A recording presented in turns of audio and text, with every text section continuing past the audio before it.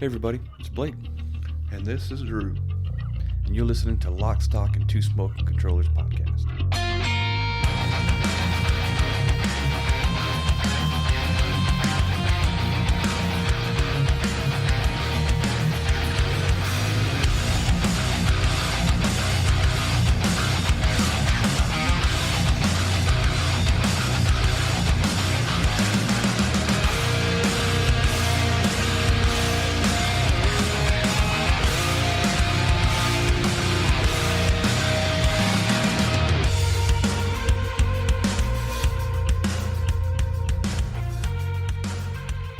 Hey everybody, welcome to episode 72 of the podcast. We have two games and a band for you today, but before we get into that, we're going to bust through our internet presence, whatever you want to call this mess we have on the front here. We'll try to get through it quickly. You can search for us by the podcast name on Twitter, Facebook, Instagram, and Discord.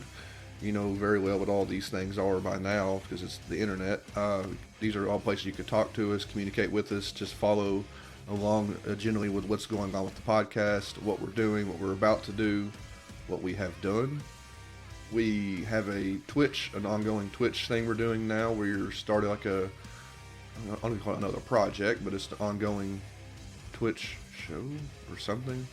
Anyway, we're doing three Smoky Controllers co-op endeavors with our cousin Brian, where we play through big, well, I don't say big, but just co-op games in general. We've done Back for Blood, and now we're messing around with Dark Souls 3. We're about to get into, we're pretty close to getting into the second and final DLC of that pretty soon, so y'all should come check out what we're doing with Dark Souls. It's been a lot of fun. We had a lot of really good sessions the past couple of weeks. I think some good stuff, like coming back and tearing up a boss that was destroying us, and just good runs through parts of the map. We're having a lot of fun doing that. Oh yeah, definitely. Yeah. We have a Patreon like everybody else that makes stuff has. All a Patreon is to give money and support to the people who create things that you like. Do you like this?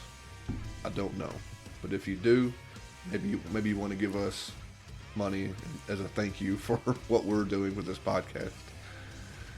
We also have a Spotify playlist, which I'll be adding to today. You can find that by also searching the name of the podcast. When you search on Spotify, both things, the podcast itself come up and the playlist will come up as well. Right now behind me you're hearing some sort of music bed. We have two sources for that right now. If you want to be an additional person that plays during this music bed, we do take submissions. If you have anything, if you're somewhat of a musician, you can just email first, and then we'll talk, and then you get to send me an example or a full track, with MP3 through email, and we'll get you on here. It'll be a lot of fun to do something like that for somebody. We have a store, just a merchandise store, all the general stuff, shirts, water bottles, some pillows, I don't know, some stickers, I don't know, there's a bunch of random things. Everything that I could slap our logo onto on that website, I just went ahead and did it. So that's always there. A little cross promotion. We of course have a second podcast, Action, the movie podcast, which has just come back from a little hiatus. A new episode was out last week or the week before. It's hard to keep track. And we're about to record a new episode for that podcast as well. So if you want to hear Blake and our buddy Steve chuck movies back and forth with each other and talk about them in depth as compared to Blake's more spoiler free sharing of movies on here or the other podcasts, they just go all the way into it and spoil everything, assuming you have watched the movie.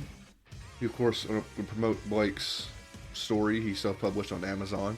You can find it by searching They Come This Night. It pops up right away. We appreciate anybody who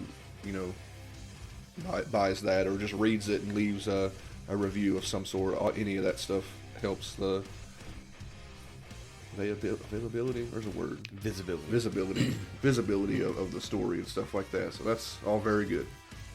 That's pretty much it. You can find links to all these things in case you don't want to feel like searching our name. Just you're holding your phone in your hand right now. Just click on the episode, scroll down, click on any one of these things, and all the links to everything I just talked about is in the show notes for this episode. With that said, I guess we're going to get right into the first game we've chosen for the night. Again, the struggle is not picking 2 Game Pass games. So we're trying to run down the list of things we have purchased on our console to get some games on here that aren't Game Pass games. But every episode, I guarantee you every episode is going to include at least one game from Game Pass, and we've done it again. So we got one game we've actually bought, and then one game from Game Pass. So I'll let Blake get started with the first game. The first game we'll be diving into today is called Black the Fall.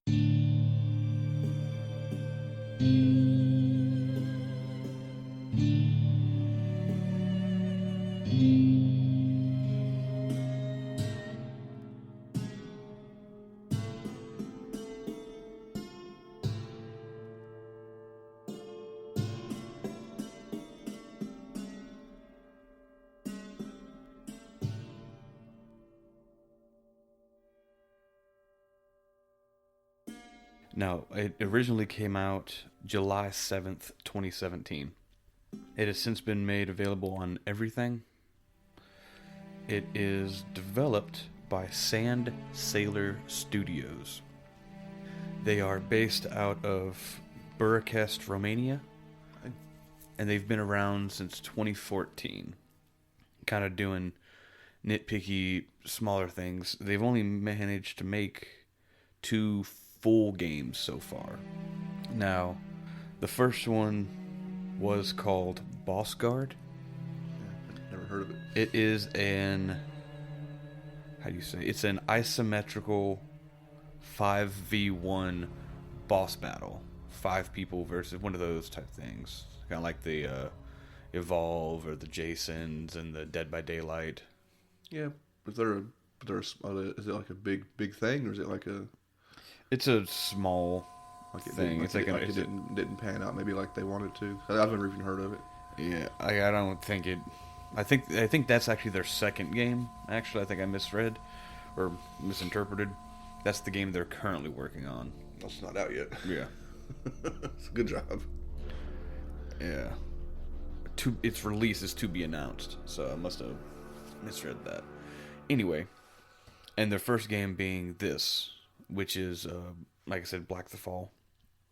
It is a 2.5D puzzler platformer, monochromatic puzzler platformer. Yeah, so I'm not sure if it's 2.5D. 2.5D is more like Little Nightmares, where you can move in and out of the background. This game, no matter what, you can some, can't you? No, you're always on one plane. Yeah, you're always on a 2D plane in this. Okay. Yeah, I was waiting for something like that to happen. It does do a cool thing that I don't think I've seen too many times, is when you're running to the right, but you're still only running to the right, but you will run kind of like a diorama. Kind of like a turn. You'll turn down a pipe or something like that, but the camera will turn and keep you as like a running to the right thing. So I still don't think that's 2.5D, because you're not moving. You can't move in a 3D plane. You can't move in and out. Kind of like my best example was Little Nightmares. Yeah, Little Nightmares, and it's 2.5D.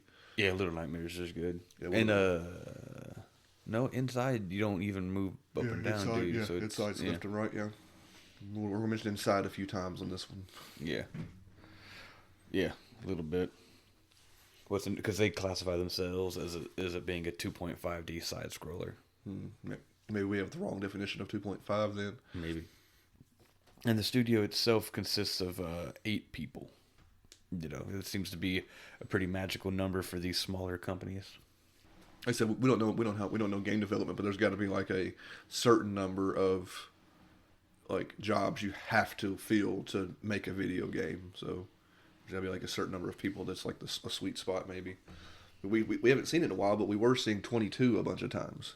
Remember that while we were seeing 22? It was like 2 or 3 back to back. We're like, 22. You want to talk? Well, first and foremost, Drew, kind of the reason we're tackling this is like I beat it and you didn't, right?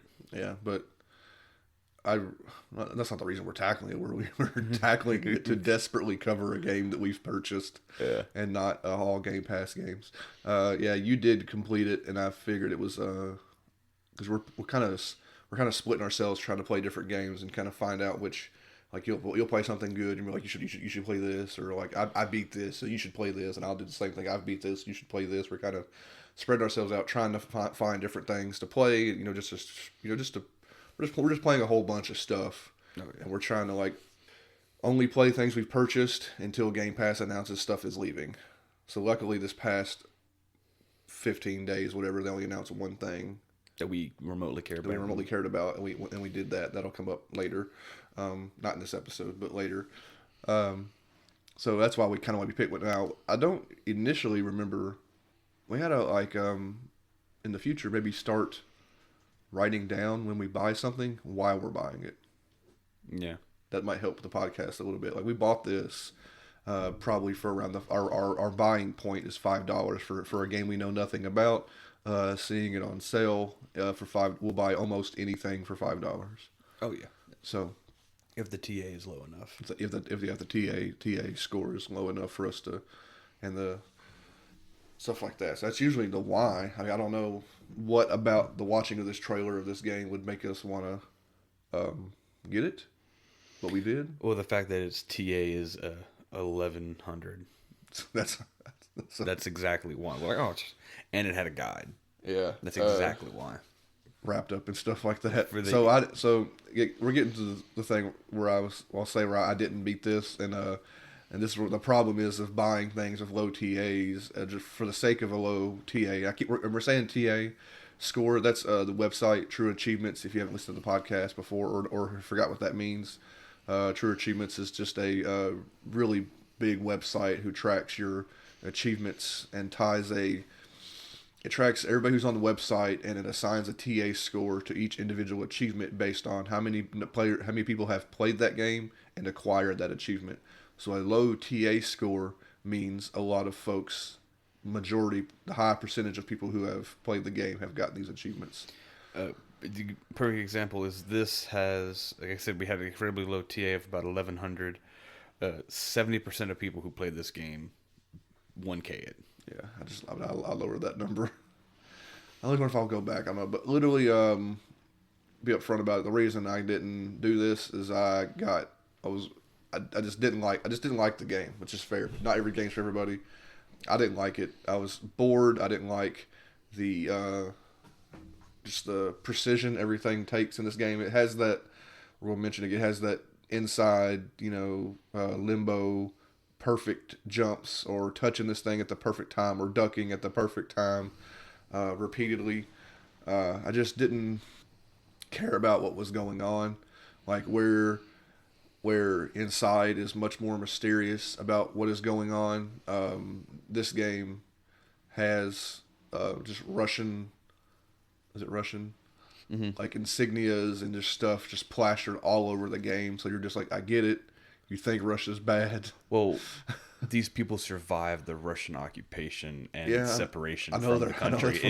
This was their childhood. Yeah, I get that, but it's just, I don't know. Maybe it's a game, it's just a story type. I just mean, I'm a spoiled bastard in America. I just don't care about Russian. I know there's the whole war thing happening now, but like the game just beats you over the head with it.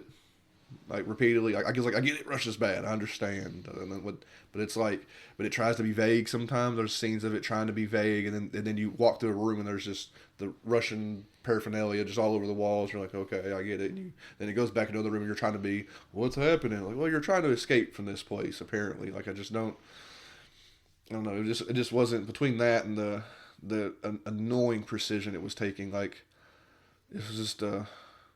This is just inside, but not interesting. That's my main issue with this. But you played it all the way through, so you had to have liked something, or maybe were you just pushing through because of the low TA. You gotta breathe when you talk. Sometimes it helps to breathe. Take a breath. I try to get my whole sentence out in one breath, so I could take a breath and take a drink while you talk.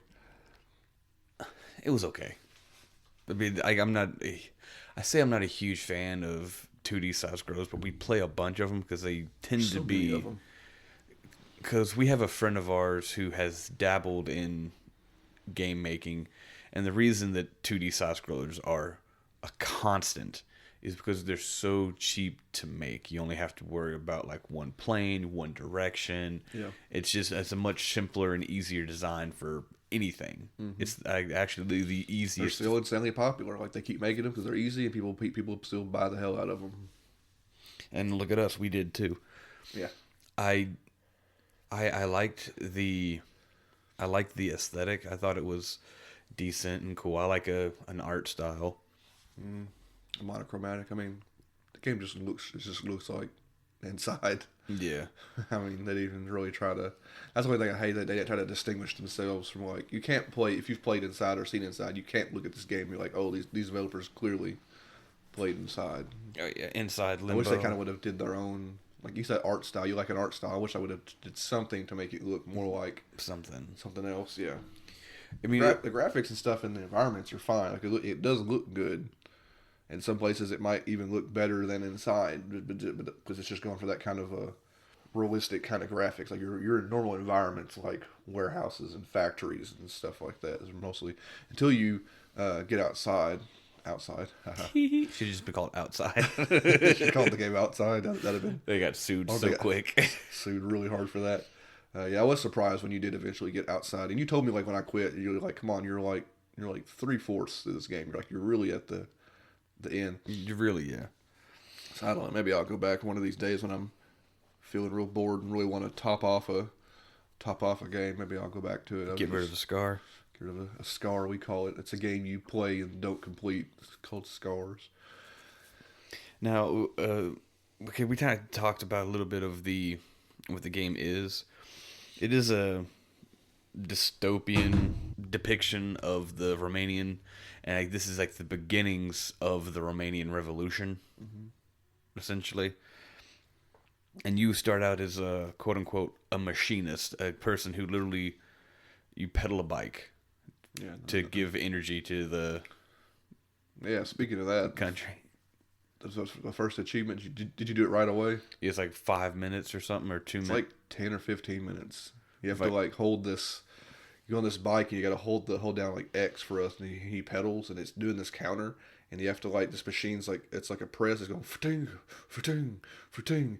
Let's do that 10,000 times or something like that. I think it was like 10,000 steps or 10,000 counter things. 10,000 counter, and that literally the guide's like, oh, just hold your button down and look at your phone or something for 10 to 15 minutes, and eventually the achievement will pop out. It's like, this is a bad way to. I know they intended for you to maybe beat the game and come back for it. Either beat the game and come back for it, or you do a bike multiple times. Like that's just also a lot. There's nothing throughout the game where you do anything like that long enough that you would ever be on a bike that long. Well, yeah. Well, the whole point was you have to kill your guy. You work your guy to death. But you don't even die. I thought that was. That's the idea. That's what the achievement says. I think, like, work to death, or whatever the achievement says. But yeah, I didn't. Like, I didn't. It's not what happened to me. I thought it killed you. Yeah, well, that's what it's saying. Like, working to death, whatever. I'll look at the achievement, but it's just not what happened. So, I thought that was just a weird. It's like other games we've had where, like, the first thing you do is a dumb achievement. It's usually kind of always, rubs you the wrong way. But then again, that's us doing an achievement. That's, the average player isn't going to go for the achievements. It isn't going to stop for 15 minutes when the game starts to get an achievement. So that's on us. And we've had talks about achievements, the path of achievements ruining, taking the fun out of certain games. What game was that? Ilya episode 1. Well, one of the achievements is, like, as soon as you start the game, you have to, like, look out the observation window. Just stand there. Yeah, you have to complete a full rotation around the planet you're looking at or whatever. Yeah, achievement's just called Working Class Hero, and the thing is, ignorance is bliss. So, don't know. No, I don't know. Maybe I misread it. Anyway, yeah, I thought there was too when I said it, but you work yourself to death. Anyway, like I said, it's a platformer puzzler, and you get several tools as you go through, and this is where it kind of gets the inside feel, because your first thing is like a laser pointer. Mm-hmm. Where you can kind of like reflect off shiny surfaces only to like hit a switch or toggle something. So it's a laser. So it's not hitting the switch. You're hitting like other people that are able to be controlled, and some of the guards and stuff have it too.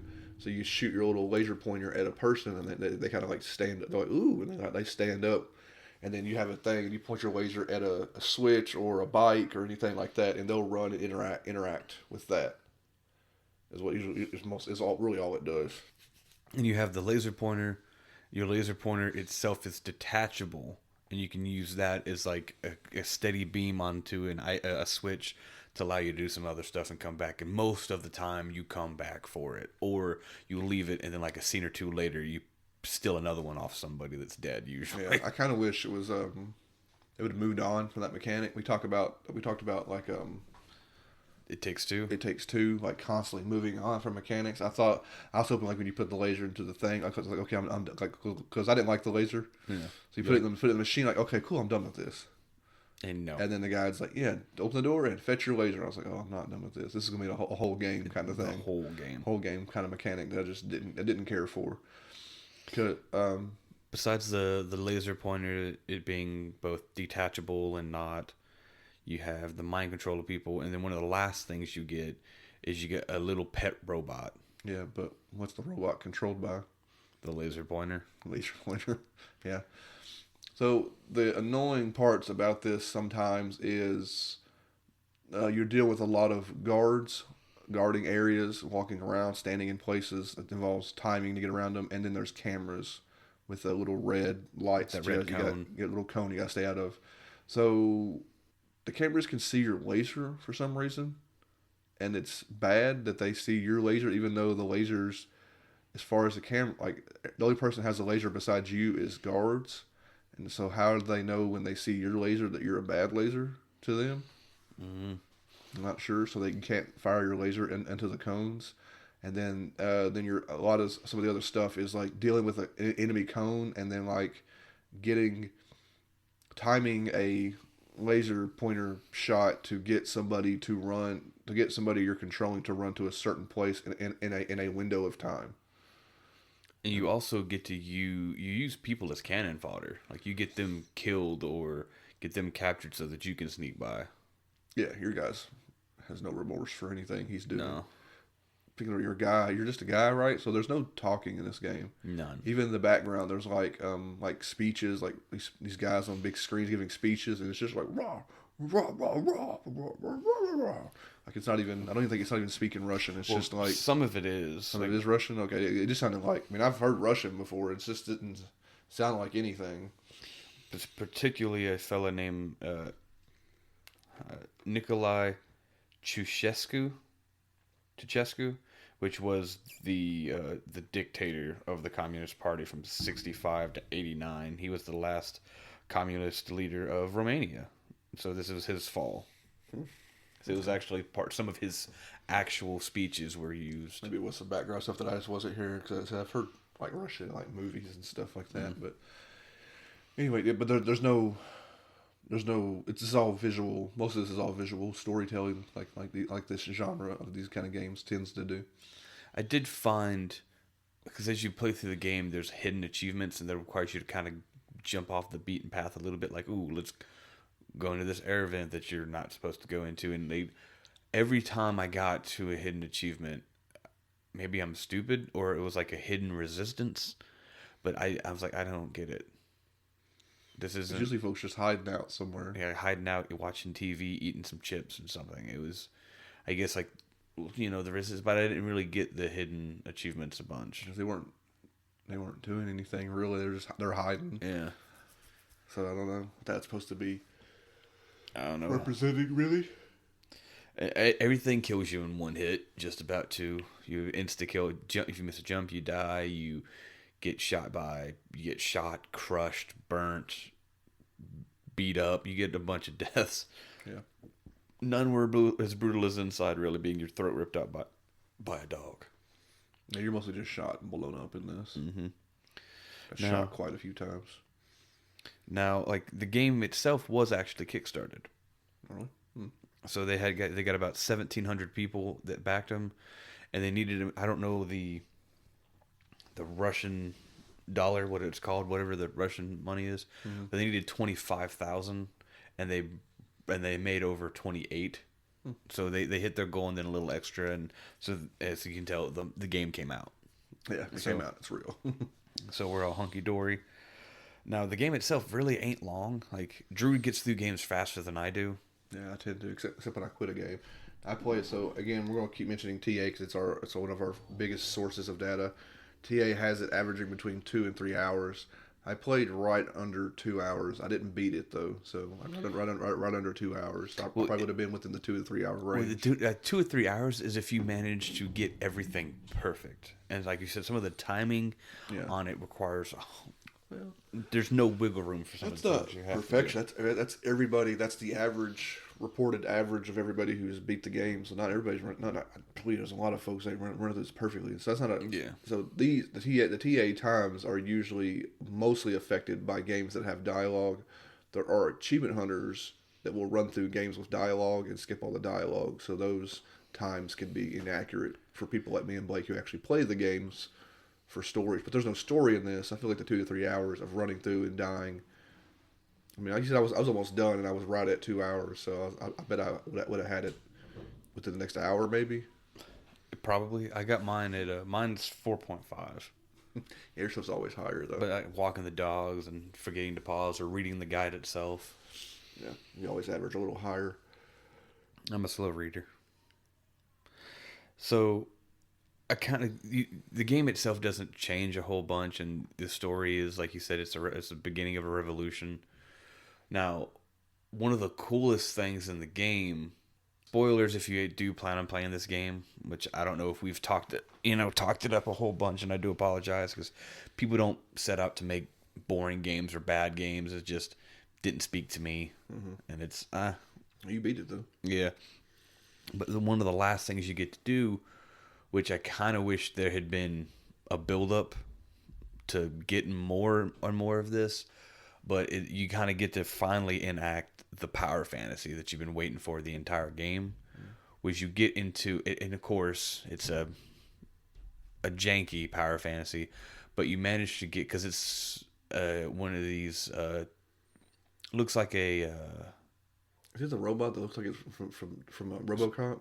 Yeah. You have to get it. You get in one of those at the very end of the game. You get in one that's been decommissioned, so it's like missing one of its foot, so it has a janky limp, and it's like running low on battery power. But you have enough because I guess essentially the whole point is you start a revolution, or a revolution has started, and you get to you don't seem like you're important at all. No, but as the game's on, people are running. But in this final bit, people are like throwing Molotov cocktails, and the guys are like shooting back, and then you get to go in this broken giant mech, two-legged mech, and you walk through a township, and you blast down a wall, and everyone breaks free. Of course, you shoot down the wall just in time for your machine to run out of power and fall down, so you get to limp out on your human self because you're. But it's kind of a cool little power fantasy, but yeah. Because it's been a good part of it. I played the parts of the game where you're avoiding the machine, the robots, but avoiding the robots is like the thing is about avoiding the robots. It's like more like a palette swap, if anything, because you're just avoiding them like you were avoiding guards. There's nothing particularly special about them. They just shoot you if they see you. Yeah, I mean it was okay. It was easy, and I took it. I think it took me like 2 days, two sittings to get through it. Yeah. And that was it. I'm like, we got it. We paid for it. Oh, we got the achievement. You should go back and get it. Yeah, it's normally $14.99, which is way too high for a 3-hour game. I know our opinions on this fluctuates based on whether we like a game or not, but length comes into play. I think $15 is probably too high. Yeah, this should be a $10 game sure. At most, probably. Because there's some folks like me. I should have. Sat with this in one sit. Some people will sit with this in one sitting and get through the whole thing. Especially somebody unlike me who maybe bought this game and doesn't care about achievements. They wouldn't be doing all the side stuff. They'd be playing straight through and not taking any of the side paths, probably, at least not on purpose. And they would definitely beat this in one sitting. So I can't say I'll go back and finish this, but we'll see if I ever feel like it's time to go back and wrap it up. One late night if I don't know what to play or something like that. Do you got anything else to say about it? No, not really. It was what it was. Maybe other people will get more out of it when they can actually connect to the source material. All right. So we'll move on to our second game of the evening, which is a game that was leaving Game Pass, so we rushed to play it. And it's almost the exact opposite. It is I don't want to say 3D, but it's an action adventure, brightly colored, very cheerful. It's called Dodgeball Academia.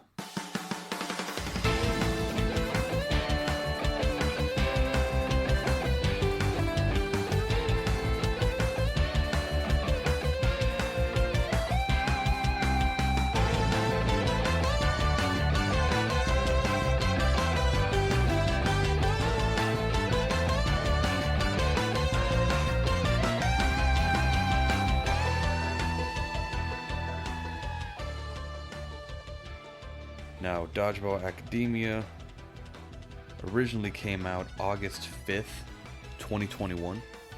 So it's kind of newish.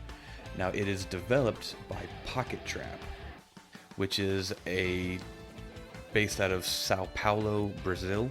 And they've been around since 2013. I like getting all these games from other countries. It's really cool. Everything don't have to be like American or Japanese. We have developed. I mean, we talk about a lot of games from all over the world. It's cool to just keep getting these games from all over the place. And it's funny because when we get into it, you'll see the inspiration that other countries inspire other countries, but it's similar values almost. If that makes sense. Mm-hmm. So they're a 10-person team, and right now they've only made 2 games. This second game is it's called Ninja, the Clash of Carrots. And now it's a game that they are working on. At the same time that they're working on this game, it's being made into a Cartoon Network / HBO Max TV show. Okay. And it's that's weird because I feel like Dodgeball Academia would have made a great little cartoon. Me too. Why did that not get it? Why is their new game get a TV show, but the one that clearly looks like it should be a TV show isn't a TV show? Maybe they're working towards it. I don't know. Because I'd as stupid as it is, I'd watch it. Mm-hmm. It was fun. And so, like Drew said, it's we talked about it a second ago. It's vibrant. It's very bright. Got very Saturday morning. Well, you finish. Is there more to say about Ninja? You kind of no. It's literally just like there's really not much available for it right now because it's being worked on, but it's just called Ninja Clash of Carrots. So I'm assuming that you're vegetables or carrots. Oh yeah, ninja vegetables. Mm-hmm. Okay, that'll be silly. Yeah, so it's Cartoon Network / HBO Max. So I guess HBO or WB owns Cartoon Network or something. I'm not entirely sure. I don't know without looking into it. Yeah, but we said it's bright, vibrant, colorful. It's got a very Saturday morning cartoon feel. Very like I'll say very Steven Universe. Like I haven't watched a lot of Steven Universe. Yeah, but it's bright, vibrant characters, and I guess I don't know, maybe. Yeah, I could say like Steven Universe Adventure Time almost. But it doesn't look like Adventure Time. Yeah, I'd say okay. So maybe Steven Universe is probably. But it has that. It's not dark like Adventure Time. True. I mean, Steven Universe gets dark too. I'm told. Yeah. But itself is a sports RPG. Yeah. As you can tell by the title. And it's in the school by the second part of the title. Yes. And it is very, very anime. Yeah. Very Japanese anime. Well, trying. It doesn't look like an anime, but like no. It's got that kind of a vibe. It's like something that would like any anime or cartoon show you've seen based on a sport of any kind. Now, I'm guaranteed there's a dodgeball anime out there somewhere. Several. There's a really big one right now that's No, it's volleyball. But it might be a dodgeball one too. This is just exactly like if you would think of a dodgeball anime, this would be what it would appear to be. Yeah. Now, one of the main reasons we were able to get the 1K, I got the 1K in this in about 12 hours. You know what yours was? Mine was 9.5. Which is fair.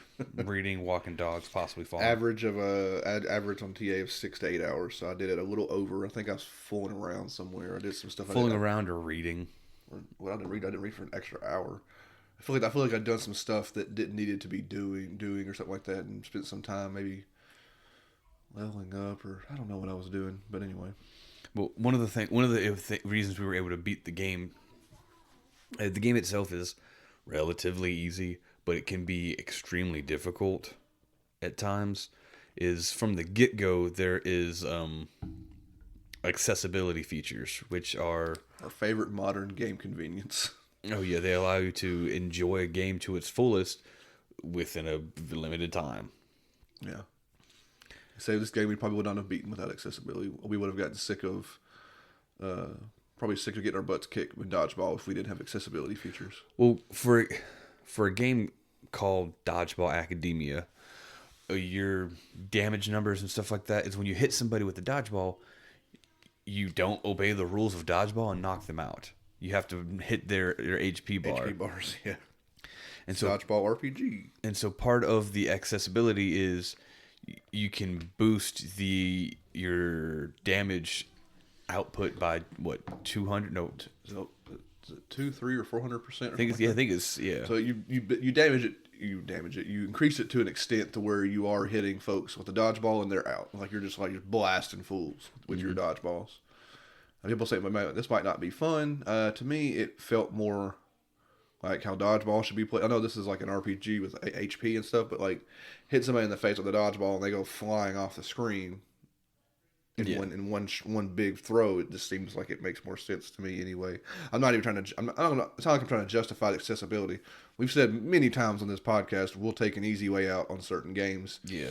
And it does, like I said a second ago, it does give us the chance to experience. That's the whole point of accessibility features, is to get somebody to experience a whole game that they would not have originally get to experience. Like neither one of us would have beat this without these features. I guarantee it. I wouldn't have done it all. We may have given up or gotten tired of. Like I get it. I get the game. Yeah. Because a game like this, I could definitely see being, if I didn't use it, if I didn't use the accessibility feature, I could see it being like 15, 20 hour. Yeah. Easy. I think it drug a little bit on the end anyway. Yeah. I kind of did. And because there's really not until about 3/4 of the way through, there's not really a way to train and grind out levels. Like, as long as you fight everything, yeah, but... Well, there's a set number of fights usually, isn't there? Exactly. There's a set number of fights per chapter, so there's literally a max level that you can be until later where there's that underground arena. The arena, yeah. Also in that accessibility is increasing your damage, and then there's increasing your defense to a point where you always take... you take no damage. No damage, and then there's like certain events where you'll take one. There's like these teachers classes where you got to take. It's weird because the guide tells you got to take off your accessibility features because there's these like challenges, and the accessibility features. That is a tough word to say over and over again. Accessibility. They kind of negate or mess with the challenges. So you have to turn them off to do the challenge. It's not hard, but it's just like it screws up the challenges. But anyway, so you can spend majority of the game invincible and just chucking balls at people like a madman. Mm-hmm. You said earlier we have a pretty eccentric cast of characters. Everyone's all kind of weird and funny and then characters. And what does the game not have for this eccentric cast of characters? Voice acting. Yeah, it would have been something good. Even if it was just little chip voices, but yeah, there's none at all. Nothing. Whatever. I'd love to see them hollering their special dodgeball attacks and just everything. Which would have been like when you look at it, you could just feel like it needs to be. People need to be screaming when they're playing dodgeball. Yeah. You know, it needs to be. And all the characters, the art has so much personality to it. Like all the people have such exaggerated features, and everybody just looks a certain way and does a certain thing. With lack of voice acting, like the general sound of the game has a sound to it, like the way it sounds. It just would have been, again, a 10-person team. I get it, but man, it would have benefited greatly from a voice cast because there's not so much dialogue. Because this isn't really a big talky game. You know, there's a lot of story about what's going on and stuff like that, and what you're doing and all that fun stuff. But it's not so much talking that it would have been that hard to voice act. Especially with 10 people, you got to be like, you got some friends and families, or you... I don't know. I'm guessing that we experience no games that have voice acting of friends and family, or even rarely the developers, that there's maybe it's a taboo, or there's just some reason that the small developers just decide to not use people they know for voice acting. There's always the fact that using random folks, that because you can't just walk into a booth unexperienced and sell a genuine performance. So I get that. I'm assuming that's a lot of why we don't see. We're like, bring in your friends and family, or just like get John in the office to say a few lines. I just maybe it's because maybe they think it would ruin the vibe of what they're trying to do. Yes and no, but then you look at Hellblade. Yeah, Hellblade. She was a placeholder, and then she became the role because she did such a fantastic job. Yeah. So she's like the face of the company now. Yeah. Yeah, I don't know. But maybe that's one in a million. I'm sure it is. I'm just saying, they're the exemption to the rule, but you never know. There's a reason, but I mean, I don't know. Like if Black the Fall can get a Kickstarter and get some stuff done, surely something like Dodgeball Academia could have kickstarted some voice talent. Yeah. Anyway, I know we could bitch and moan about it, but it's just like we're in the modern era. Like people are so multifaceted. Like these people don't have any sort of way to do it. Well, and like I said, such a flamboyant cast of characters that just really needs. Oh yeah, some voice personality behind them. Like I'm not gonna go into all the characters really because there's a huge bunch. Cast, yeah, so many characters. But we can kind of stick with your main. We do the main bro, and his name's Otto, and like the game starts with him, hopping off the school bus and it's orientation day, and then every student at orientation gets to touch the great dodgeball of destiny, which is a dodgeball that was thrown thousands of years ago and is still glowing with the person. Dodgeball that's thrown so hard into this rock that it's still spinning into this rock. However, was it thousands of years? I don't know if it was thousands. I think it was hundreds. It was a while ago. Mystical dodgeball is still spinning and floating into this rock. And that whenever you touch it, it awakens your latent abilities and unlocks your true potential as a dodgeball player. Yeah. And so it's pretty awesome. And of course, as it goes through, you have characters that standard stuff. You have like electric, fire, ice, healers, and stuff like that. That standard cast of any sort of RPG element. Now, you spend the entire game you're on a school campus. Like I think one of the furthest things you go is like the school parking lot. Up into the forest. Well, no, further the mountains probably the furthest you go away. But it's still technically school property. All of it's school property, because in the forest, the little science lab is they do experiments for school. Yeah, it's all school property, but the centralized school area. I think the furthest you get is you go up the mountain, which is really just a thing like the radio tower for the school where they do the announcements, I guess, or something like that for the school. So like it's all you're all, like you never leave anything that's you don't ever leave school campus. There's never anywhere you go that's not part of the school. What's the school's name? Dodgeball Academy. I don't know. I think it had a name of some sort. I don't remember it all either. I don't know why I asked the question. I clearly know neither one of us has the answer to. Nope. Yeah, because you are led to believe like a school has to perform to a certain, like you have to keep winning. You have to like win this dodgeball tournaments to keep access. Whoever is the winner of the tournaments keeps that mystic dodgeball, like that passes to the school. So in order for the school to keep its reputation and keep that mystic dodgeball, they have to win these tournaments. Yes. And you don't even do that tournament. Like you do the internal, like you only play the internal tournament to decide who's going to go do the other tournament. Maybe they're planning on making a sequel. That's possible, but there's a lot of build up to that.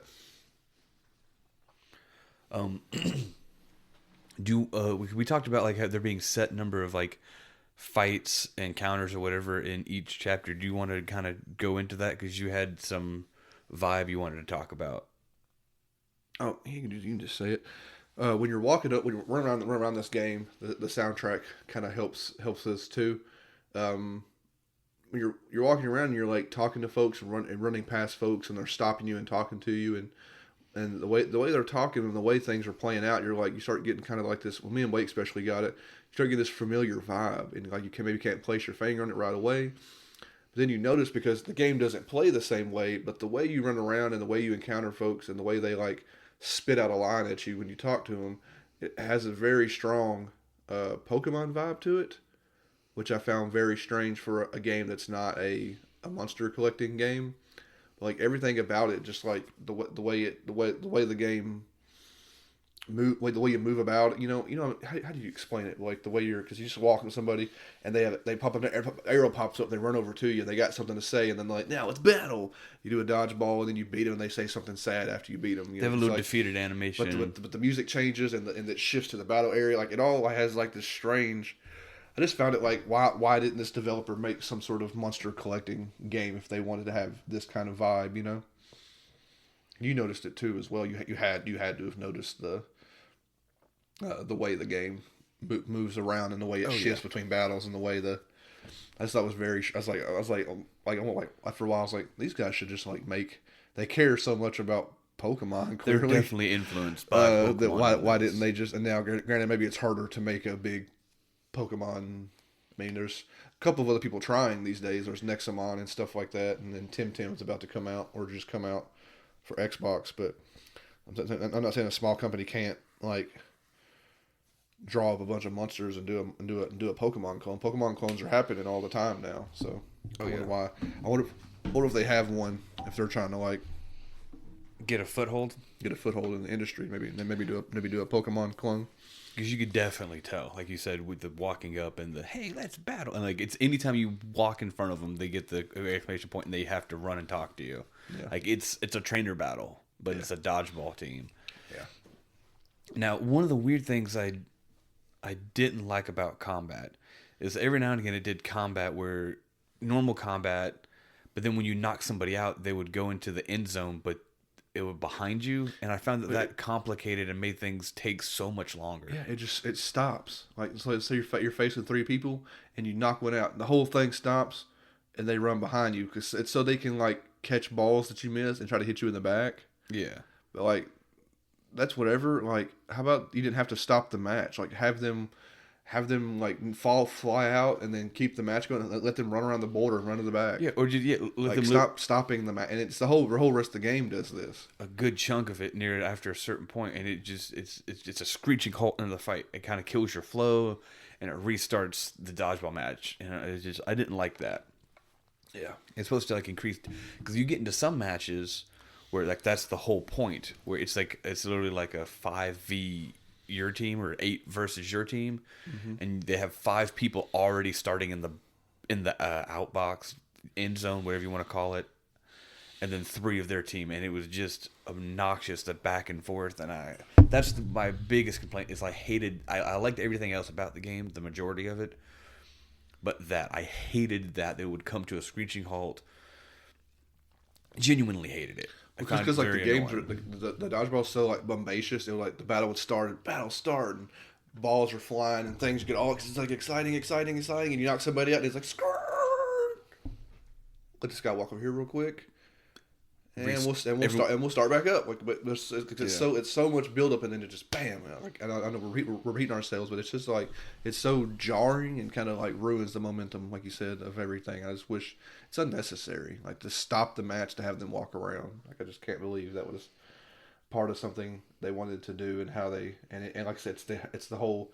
It's 90% of your battles do that. Oh yeah.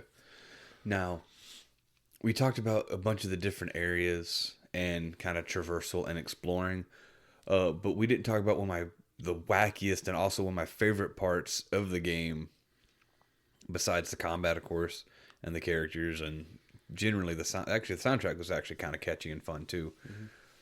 Composer Leonardo Lima out of Sao Paulo, Brazil, and he's done 2 other games. He did another game called Wild Out, which I don't know anything about that. I didn't do enough research into that. I just know that his name, and it was fun music. And there's a whole soundtrack you can get.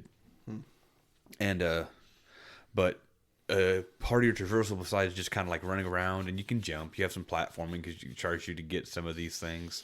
It's not like well, I guess there's the mountain part. The only real platforming section yeah, I was gonna get to that. Is the mountain, yeah. But is in order to run in the game is you hold B and your character rolls himself up into a ball. And I'm gonna say a reference I don't think anyone's gonna know, but similar to Rico from Mucha Lucha, which was an old Saturday morning cartoon where the main character, it was Luchador cartoon. And the main character's special move was ricocheting pinball, where he rolled himself into a ball and bounced around the arena. And that's the first thing that popped in my head. I don't think anyone else probably knows that cartoon from back in the day. I don't even know it. But basically, your character rolls himself into a ball, and then the more you hit the B button, the run button, is he speeds up. And there's actually an achievement for going so fast that you hurt yourself. Yeah. But you can't do that unless you turn accessibility off, which I didn't realize, so it was literally the last achievement that I got instead of the first. Yeah, because it negates the achievement. So I like how you chose an obscure, 90s cartoon when we're on a video game podcast, and you could be like, he rolls into a ball like Sonic, or he rolls into a ball like, mostly like Sonic, or he rolls into a ball like Samus, or anything like that. You're like, no, I'm going to choose this random cartoon that nobody else saw. Well, because this feels more like a cartoon than it is a video game to me. That's the first thing. Yeah. But anyway... Funny. Yeah, I wrote that down too. What are the characters rolling the balls? You got Samus and Sonic. What else you got? What does it matter beyond Sonic? I mean, realistically, Sonic is the character that rolls into a ball. Well, Samus doesn't even do it for speed usually. I could be like a Sandshrew or Miltank using the Pokemon vibes. Miltank using Rollout and wrecking you in Goldenrod City because everyone knows that pain. For any Pokemon, like we used to. Jigglypuff and like wrecked a bunch of fools with a rollout. Yeah, overly powered. But anyway, the rolling thing was funny. The only thing I like about it is you had very little control when it came. You couldn't turn or anything or stop. It was just a straight line. And like every time you touched anything, it would bounce off of it. So it was fun yet and tedious at the same time. I kind of would have loved just to have a little bit of just having a regular sprint, maybe. Yeah, or something, or like a hop skip, or. But like we talked about earlier, probably. The platforming is entirely unnecessary until one area, and it shoves it all into that one area, and that was annoying because that was platforming, jumping across. Of course, it's ice, so everything's kind of slippery. Why wouldn't it be? So you have to hop across these platforms. Your controls become kind of floaty and loose. That's because the jumping and stuff is floaty and loose. And then you had to do the rolling mechanic and stuff in ways you've never had to use it before. You had to like roll down ramps and hit jumps and jump over to here, and then like it was. That's the only area you have to do it. And as you go up that place, you can push crates down to create shortcuts, which you didn't know until I told you. Yeah, I've completely missed that. I don't know why I wasn't doing that, but you only go back to the area like one time. Anyway, you only go back to the radio tower one time anyway, so it wasn't all that bad. And the jumps weren't like the hardest freaking, like the jumps in Black to Fall were way more precise and more difficult than this was. I mean, you have a little bit of leeway in this. You weren't falling to your death or anything like that. Yeah.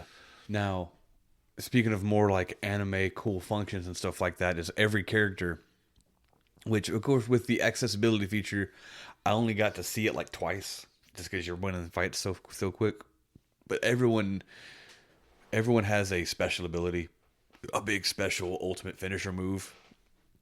And some of them are kind of cool because I saw a couple enemies do stuff on me, and eventually some of the enemies became your friends, your companions. Like there's like a water tornado or a big firestorm, meteor storm. But your main character, of course, does a dodgeball Kamehameha. More of a Hadouken, right? More of a Hadouken, really, yeah. Like a big flashier Hadouken. But yeah, your character is literally... I think the first time he does it, it sputs out, nothing happens. You know, it's a big old thing. He goes, yeah, and he goes, boom, and he goes, poof, and nothing happens. His hands sizzle and smoke, and the ball just falls and rolls. Yeah. But it's pretty fun. Like the game is very self-aware. It's very comedy and self-aware. Again, it's like another country who has grown up watching anime, and they inspired to make an anime-based game. It's exactly what you think it is. And it's just fun. I had plenty of... Only other note I wrote down for this, considering how bright and happy most of the game is, your Otto's dad you talk to occasionally is like really awful. Oh, he's awful, but that's part of like we're being vague because we don't want to ruin what little story there is.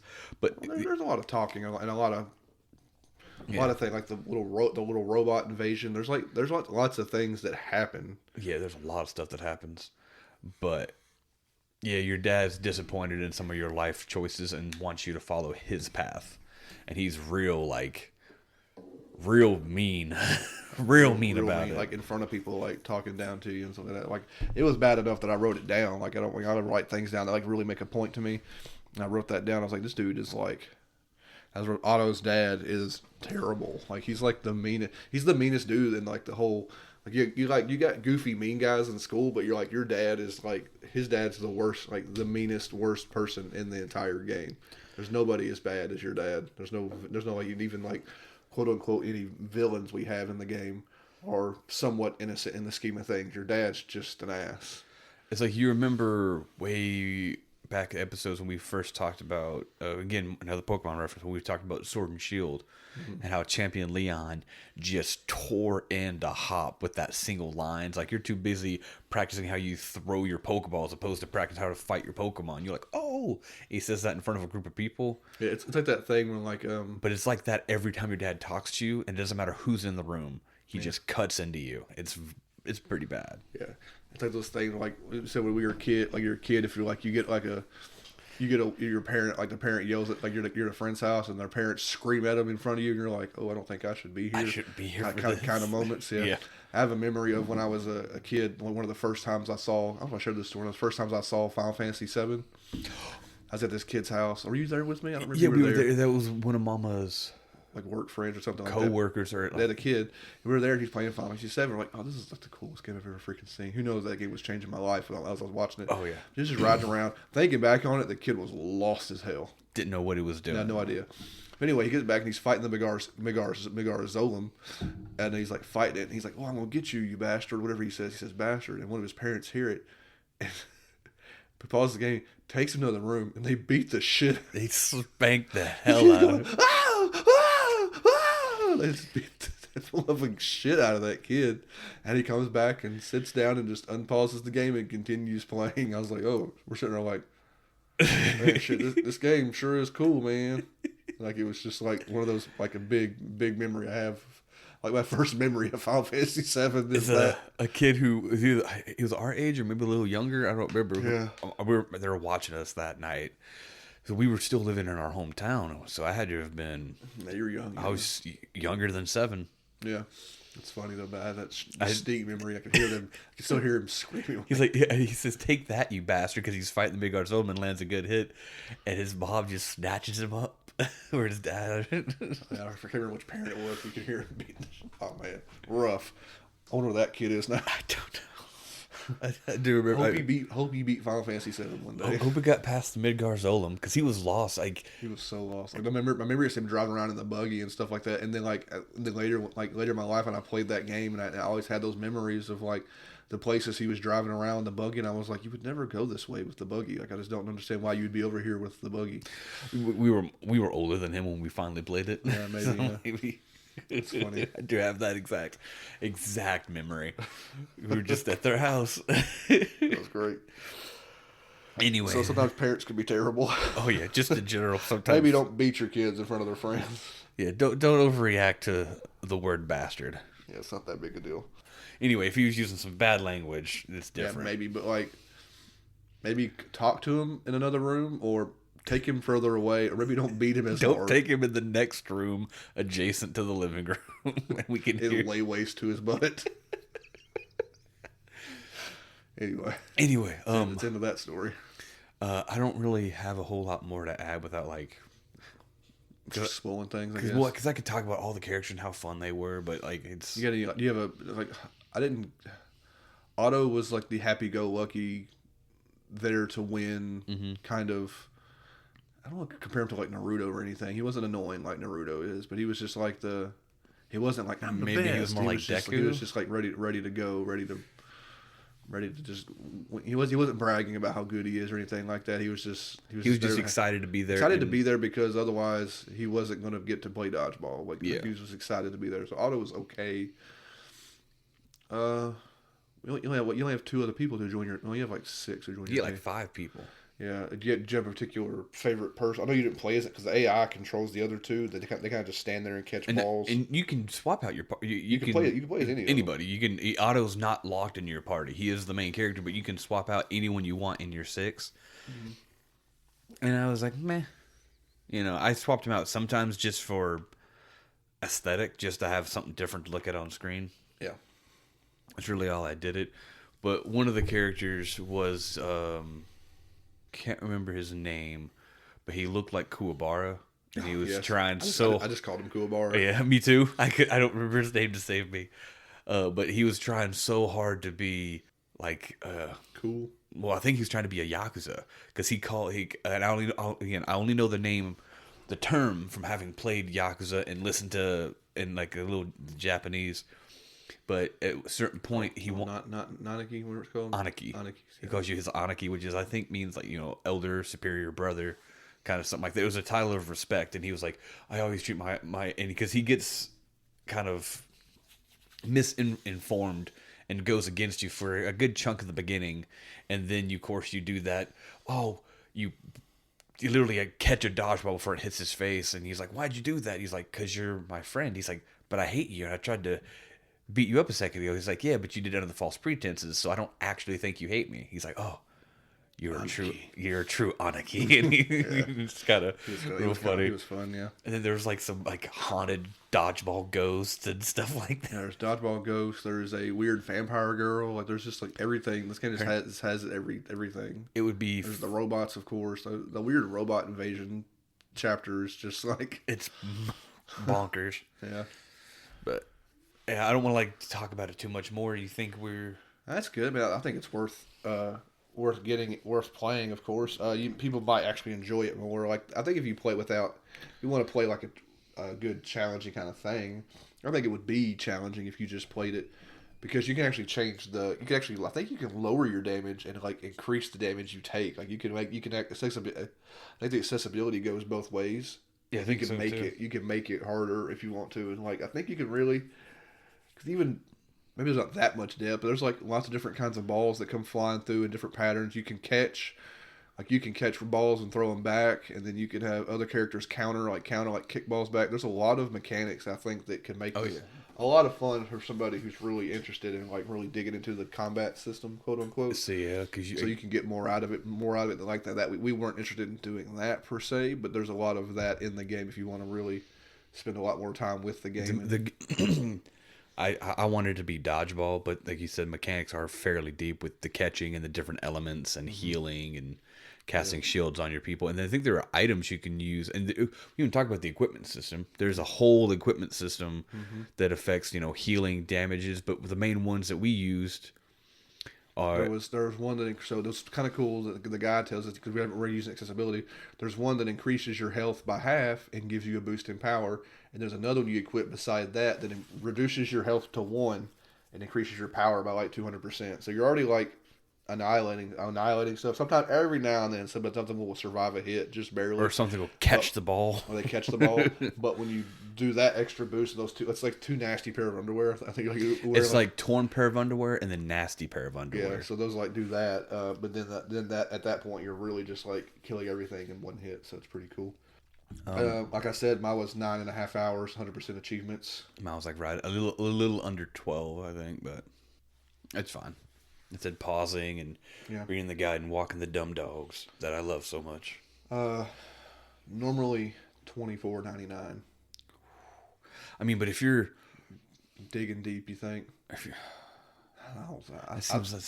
think 20 or even 50. I think 50 might be. I think 20 would be perfect. 20 is a little maybe good because there's a lot more. Like you can get more than 9.5 hours out of this. Oh yeah, for sure. Like if you're just we were like reading the story, one hitting everybody. So if you really dig into the combat, you can get more out of this. 25 just seems high for a little indie little a little game like this, Yeah. $25 just seems really high. We didn't pay nothing for it, so maybe like about the $20 range. I'd say maybe 20. 20 If you can get it for or 20 or less, it's perfect. Yeah, Of course, I always try for less because we're all cheap. Yeah, we're all frugal. Yeah, that's pretty much. I think it's definitely a fun, sometimes cute, just a fun cast of characters that I'm always gonna remember that. I always remember that I played this game. And I look forward to Whatever they make next, I'll try that Ninja. The Clash of Carrots. Clash of Carrots probably be on. It might come on Game Pass as well because Dodgeball Academia launched on Game Pass actually, so it's pretty neat. With that, we are done with games for today, but we'll spend a couple of minutes sharing a band. Every time I think I'm running out of bands to really share, I'll just stumble upon one, or I'll hear a song, or Blake will point something out, and I'll be like, man, I can't believe I haven't done that band yet. And I did that the other day with this band called Parabelle, which I'm a pretty big fan, a bigger fan of this band than I realized sometimes. When I started listening to the albums again, I was like, man, I should listen to this more often, which has happened to a lot of bands with me. Parabelle is pretty cool. They're kind of important because there was a time when a band, Evans Blue, was really, really famous. Evans Blue hit it off really big, like 1 or 2 albums. Yeah. And there was this weird, I can't remember what it was, but it ended up being where the singer of that band left, and they got a different singer. That's a story for another day. But the singer for Evans Blue, Kevin Matheson, how you say his last name, he went on to gather up some folks and make Parabelle instead, and do his own thing with Parabelle. He has a very distinct voice, I feel like. If you've heard Evans, the certain really popular Evans Blue songs, you would know his voice. I think he's really good. Maybe sometimes too high of a singer, maybe. You can say that about Cody and Cambry or a couple of other folks, like Thank You Scientist, which I haven't played on the podcast either. But I like them quite a bit. I think I may have bought all their albums as supporting him in the band. I remember being like on the first 100 purchasers of their initial double album, because I was following the little kind of the Evans Blue breakup and then his stuff. So I was like the first 100 purchasers of that double album, because I have it signed by the band. Like this, only the first 100 got it signed by the band. So I still have that line around here somewhere. Maybe it's behind you. I don't know where it's at. But then I bought a couple of other. It's right there. Oh, it's actually right there in front of me. So that's right there. That's the double album signed by the band. I'm looking right at it. That's like the Summit Borderline or whatever. Summit Borderline and Drop Oceanic. It's pretty cool. They opened with a double album. But yeah, they're pretty cool. They have 5 albums now. They're actually, this has been a long time. I forget somebody been around as long as they have, because they're a Canadian band that started all the way back in 2007. We've actually managed to see them live one time, but it was a weird situation where I don't know why, because they had their double album out, but they spent the whole night mostly playing Evans Blue songs. Well, he had which I found disappointing. I think he was basically shoving it in their face that he won the legal dispute. Well, I don't know if it was that. He owned the songs. But yeah, but they tried to sue him, but he's like, they're mine. Well, they ruled in his favor. Yeah, so he had the rights to all the Evans Blue songs that he wrote. But the whole night, though, was like, we went there to see, Parabelle stuff, and it was a whole night of, they may have played like Conversation Ends and probably a couple things like that, but they really just played a whole lot of Evans Blue that night. So we never actually really got to see a Parabelle show yet where they play their own stuff. And we had a chance to see them since then, so I'm hoping maybe they're touring on and off again right now. But I'm not going to go on and on and on about this, because it's hard to dig deep into this kind of stuff. Some other day we might talk about the other singer for Evans Blue took over. Another guy took over with Evans Blue.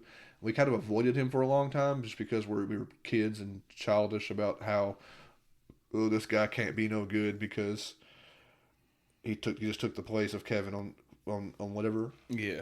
There's some pretty good Evans Blue albums with that singer, and then he later went to do an album with like all the there was this one time where there was like not a new Disturbed album for a couple of years.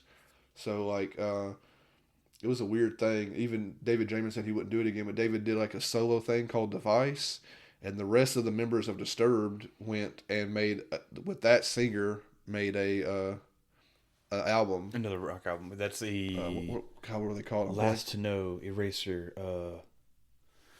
Oh my God! I'm blanking on it right now. I can find it. Oh, give me 15 seconds for my stuff to pull up. Yeah.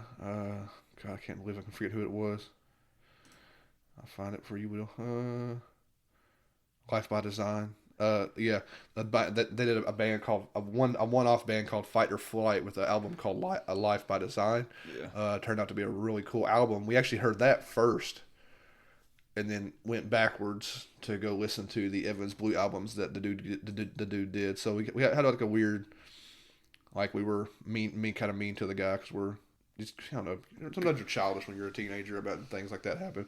But anyway, lots of cool stuff. So you kind of get a double whammy there. Like I'm really promoting Parabelle, but you can actually you can listen to the first couple. I think it's two Evans Blue albums that include Kevin, and then there's a couple albums after that with a different singer. Listen to all that stuff too. I might play it at some point, and then eventually, we soak in all of that and go listen to that Fight or Flight album because it's really cool. It sounds like Disturbed kind of, but with like a different singer. It's very strange how they ended up doing all that stuff. There's a lot of weird history with all this stuff. But I picked a song from the album, the 2012 album called Your Starry Eyes Will Never Make Us Even. Yes, it's a very long name. He always put really long names into his Evans Blue albums, I think, and sometimes of his track titles. But with that really long album title, I picked a song just called Whisper. The other day, we were just driving, listening to Parabelle, and that song just come on, and I was like, man, I love this song. This is like really good. I can listen to it 2 or 3 times in a row. So I'm going to play Whisper. With that, I'm done. I don't got anything else to say about this. Do you have any other things about Parabelle? I know you remember that show that night. I remember that show and being slightly disappointed, but that was also one of the. Did you talk about that? It was one of the first times that I was at a concert. It was a small venue. It's a popular venue here in Nashville called the Exit Inn. Yeah. It was the first time I was at a show. He literally, just finishing, and he's like, "All right, everybody, have a good night," and then jumped off stage and started shaking people's hands. Just dropped the mic and because Exit Inn, you're on like the state. You're standing at the stage. You just dropped the mic and just step off the stage and started shaking hands and saying hi to people and stuff like that. It was phenomenal. It was pretty cool. I also remember that poor guitarist who slipped into some water or something. Oh, in the middle of the show, he was jamming and he like slipped in some water and fell, but like he kind of hopped up. It was kind of like you see in his face, it hurt. Like it hurt bad. He fell hard, but he kept on playing. But kept on playing the song. You can't stop. He couldn't stop it. It was just like, brutal fall. I think they were rocking out so hard because if you've been to any show, especially like smaller venues, they have water bottles all over the place because they're hot, sweaty, and I think they're just rocking out so hard it fell over and it poured across the stage and I'm talking cartoon slipped. Yeah, and he fell down hard. I don't know if that's why we haven't seen them come back and play Exit In ever again. Maybe not. Who knows? I'd like to see them again. Yeah.